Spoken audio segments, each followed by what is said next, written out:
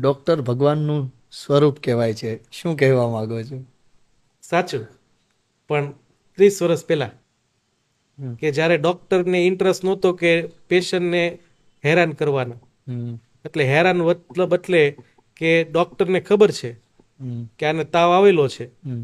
અને મેં ભણેલા છે કે તાવ ઠંડી રાઈગર સાથે અને પરસેવા સાથે આવે એટલે મેલેરિયા જ હોય. હમ. તાવ આવે છે, તાવ જતો રહે છે, પછી વ્યક્તિને ખબર નથી પડતી, તેને ખબર છે વાયરલ છે, હમ. પણ મારે હેરાન એટલે એને ભટકાવા છે કે તમે રિપોર્ટ કરાવો, ઉધરસ શરદી તાવ સાથે છે તો સીટી સ્કેન કરાવો. હમ. પેલો દર્દી કહે છે મને ચાલવામાં દુખે છે, મારી પાસે પૈસા નથી, તો બી એન્જિયોગ્રાફી કરાવો. એટલે ભગવાન હતા 30 વર્ષ પહેલા એક જ ડૉક્ટર હતા, માથાના, પેટના, હૃદયના, ગેસના, પગના, બધા. હમ. અત્યારે ડૉક્ટર એટલે એક પેડ પ્રોફેશનલ પર્સન કે જે તમને આજે કંઈક તકલીફ થાય છે એને ઘટાડે. હમ.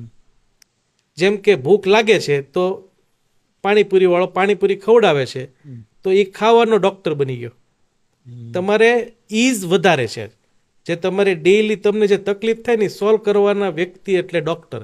અને આજે નથી રહ્યા.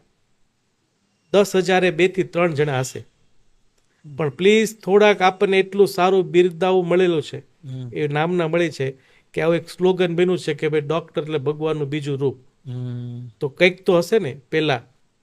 તો પ્લીઝ થોડુંક કરો કે જ્યાં તમને તમારી નીડ પૂરી થઈ ગઈ છે, તમારો લાઈફનો ગોલ સેટ થઈ ગયો છે, તો પ્લીઝ લોકોને ભટકાવોની સેવા કરો. અને ઓલવેઝ સારું બોલો, ખરાબ તો બોલો જ નહીં, હમ. તો તમે ભગવાનનું રૂપ બનશો.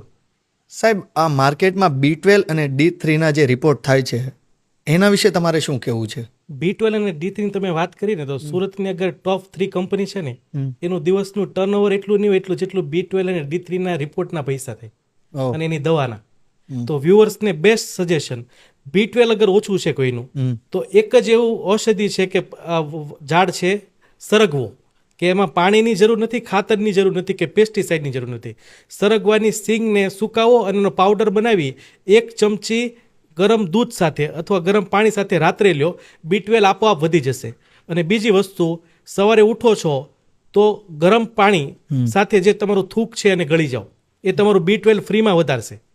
સેકન્ડ, D3 માટે બેસ્ટ સજેશન, તડકામાં 25 મિનિટ રહો, ફ્રીમાં B12 અને D3 કરેક્ટ કરો, ના કે તમે ઇન્જેક્શન અને દવા પાછળ પૈસા સ્પેન્ડ કરો. અને એક મારો બીજો ક્વેશ્ચન એક અંગત એ પણ હતો કે ચાલો ઓછા પૈસે ઓછું ખાઈને અને એ બધી રીતના વેટ લોસ ઓછો કરવો હોય તો કોઈ એવો ઉપાય તમે આપી શકો ખરા?